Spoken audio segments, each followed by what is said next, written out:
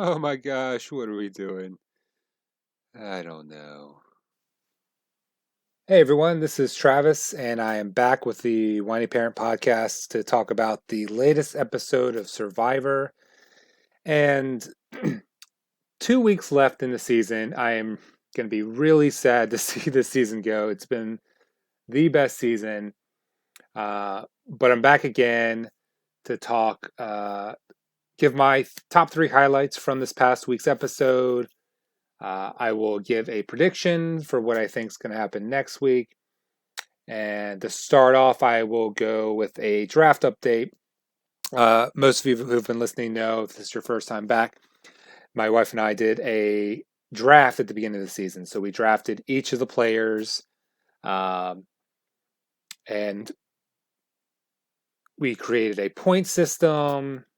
And we're going to see some new points come into play in this past week's episode. So the past 2 weeks have changed. Megan has led most of this season, but the past 2 weeks have been the Tony show, and his points alone are the reason why I have a lead. Um, so for the draft point system, we have, you get a point for most confessionals, a point for finding an idol, a point for correctly playing an idol. If you win immunity, you get a point. And this is the first time we have additional points for if you sat an immunity challenge and got voted out, you lost a point. If you sat and stayed in, you gained a point. So we thought this is something that occasionally happens, so it's worth throwing it in the mix just to see how it plays out.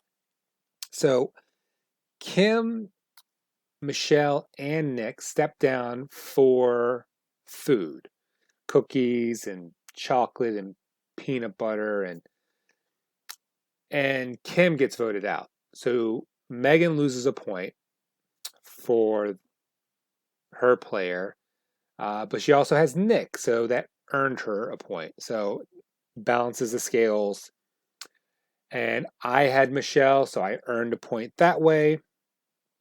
So for earning individual immunity, Denise and Tony, both my players, won immunity. So that's a point apiece for them. And then Tony again this week gets the most confessionals. So that's an extra point for Tony. So he has 2 points this week. He had 3 points last week. And Megan also gets another point because Ben found an idol. So Megan netted 1 point this week. So she went from 12 to 13 points. I earned 4 points this week, going from 14 to 18. So it's an 18 to 13 lead. If you take away Tony's points the last 2 weeks, it's 13 points apiece. So crazy past few weeks. And I'm not even talking about the draft. I'll leave the draft update there. Let's dive into highlights, because last week with the monumental blindside, we knew we we knew that the blow up was going to happen between Tony and Sarah. And that's my top highlight. The two of them staying on the same page. I don't know how that happens. And also, they're still both in the game. They're an obvious pair, and yet no one seems to be targeting Sarah. And they just say, oh, we'll split them up next week, assuming Tony has to be the reason they get separated. Well, why don't you just take away Sarah? So I think Kim's relationship with Sarah is why she wasn't the target, because in the episode she talked about how she still has a relationship she wants to work with. But after Sarah's blindsided, you know, and seeing her initial reaction, or knowing what it was going to be, I assumed that Sarah was going to be the target this week and that she was going to be going home, knowing that she was going to blow up at Tony. But for whatever reason, cooler heads prevailed, and they were both able to continue working together. And I think I think that's incredible on both of their parts, to be able to just work it out. Tony was able to say whatever he needed to say and explain his move a certain way. And I think Tony understands his place. I think Tony understands, hey, I'm as soon as Jeremy's gone, I'm going home. In the past couple of weeks, Tony has been in the talks as far as being sent home, and he's won immunity. So I don't think he's wrong to kind of keep someone else in front of him to protect his game. So highlight number one is the two of them being able to stay together on the same page. I think that's just crazy because I didn't think that could happen. Highlight number two is Ben and Tony's reactions to Ben finding the idol. Um, so, they're walking along together, and Ben just rolls up on a tree, pulls out like some type of leaf or branch or whatever, and finds the idol. And Tony's like, I see it, Ben. Were you trying to hide from me? And to Ben's credit, he's just like, hey, you just blindsided me. It was my instinct to hide the idol. And so I don't think you can blame Ben for at least trying to hide it, but he's not honest enough to say, what the heck am I supposed to think or do or act? Like, you just blindsided me, can I trust you? And Tony's response was also great because he's just like, oh, I thought we were past this. And Ben's like, it was 4 hours ago. So that entire sequence was just, humorous and Ben, I think, he's just being open about like, hey, you just blindsided me. What else am I supposed to think? What else am I supposed to do? And Tony's just trying to like brush it aside. Okay, we're past it. We're past it. I'm not mad. I'm not mad. And and then Ben picks Tony up, runs down the hill. Holy crap! I mean, it was just so fun to watch. And the whole time, well, first, I am so glad he didn't get hurt because the whole time Tony's telling him, "Hey, don't hurt your back. Don't step on something." Because I think Ben was barefoot too. Um, so that whole scene, so entertaining to watch those two. Um, and yeah, I think this season has had a lot of those moments where you have these fun interactions between the players. Highlight three, Jeremy not playing the coin flip advantage. I thought that meant he was going home for sure. Um, I can't believe he didn't play it. And one, I think Michelle is playing such a clever game where she realizes her number one has been Jeremy this whole game. And she's talked about that in confessionals. And so she knows she's not the target. So she gives him the advantage, which I think is great. Um, for Jeremy not to play it and then he doesn't go home, I mean, I was so surprised that again, Tony was able to switch the vote around. It's just Jeremy has been the target and he has been able to evade that vote. And what we're seeing on TV is, Tony is the one who wants to keep him around. And obviously, I think Michelle, but clearly, Michelle was trying to vote with what was supposed to happen at the vote of being Jeremy. Um, unless Jeremy and Michelle are just completely on the outs and everyone else is making the decisions and Tony is guiding those decisions. So I don't know. I feel like Jeremy and Tony have their own connection the way Jeremy and Michelle might have their own connection. So I think there could be, Michelle is hearing one side from Tony and everyone else, Sarah and Nick, and then maybe she's just not being included on what's happening or the changes that might have happened at Tribal Council. So did the vote change at Tribal Council? I mean, if Michelle thought Jeremy was the vote, it kind of makes me think that he was the plan going in. Um, so, especially if Denise and Kim voted for Jeremy too. So, clearly, I believe it's Nick and Ben voted with Tony and Sarah and Jeremy to vote out Kim. Um, and if the two of them, Jeremy and Tony, make it to final tribal, which I don't see how that's possible, right? That can't happen.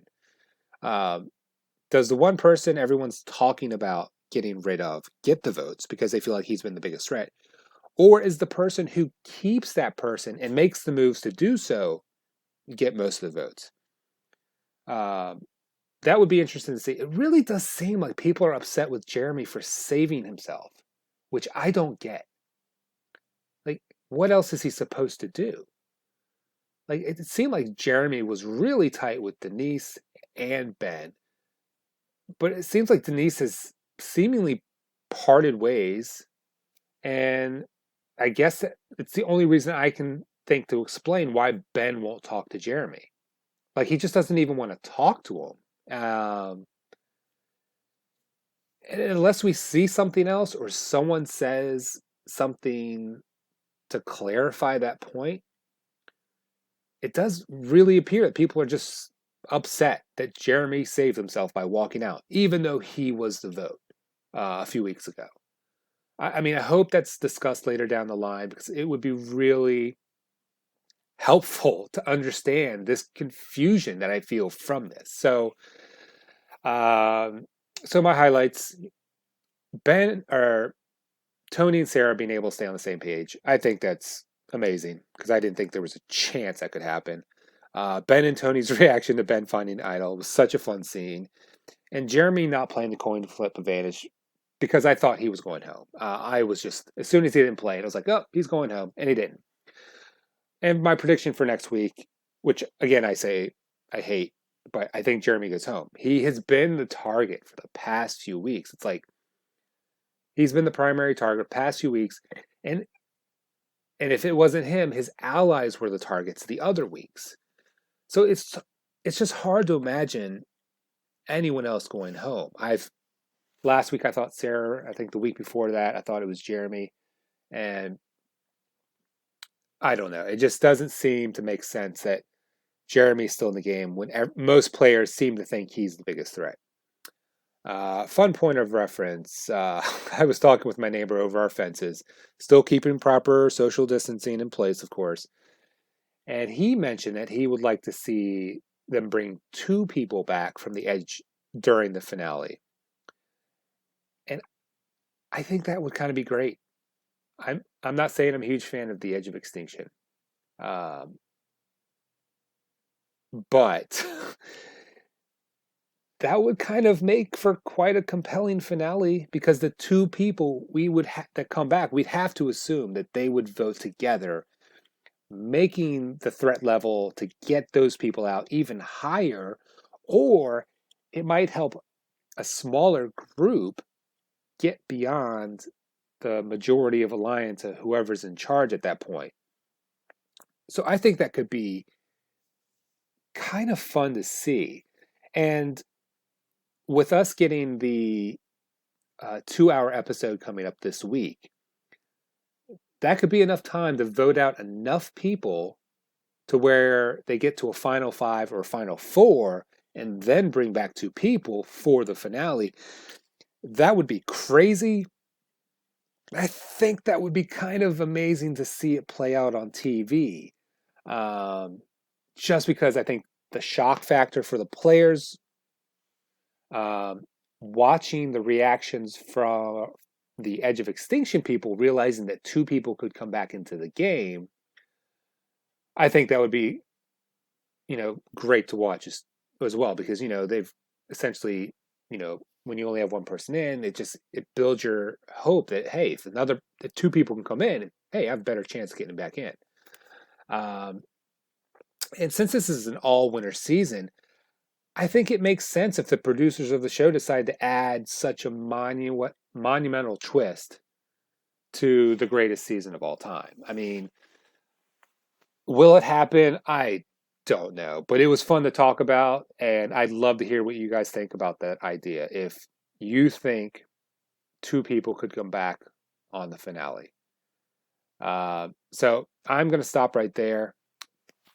if you've been listening, if you've been keeping track of my coverage for Survivor this season, thanks for tuning in. Thanks for listening to me ramble. If you want to keep tabs on this podcast, just head over to whinyparent.com. You can follow our blog, and you'll receive updates when we release new content. You can also just head over to our YouTube channel, which is where we're sourcing the podcast episodes right now. So again, thank you so much for taking time to listen. I hope everyone out there is doing well. I hope you're doing the best you can to make it through this difficult time. And I hope this has been a distraction or in any way possible. I hope this is something that maybe provide a nice little break for you. And until next time, which I will be back next week to cover the 2-hour episode next week, I will see everyone later. Okay, everyone, take care.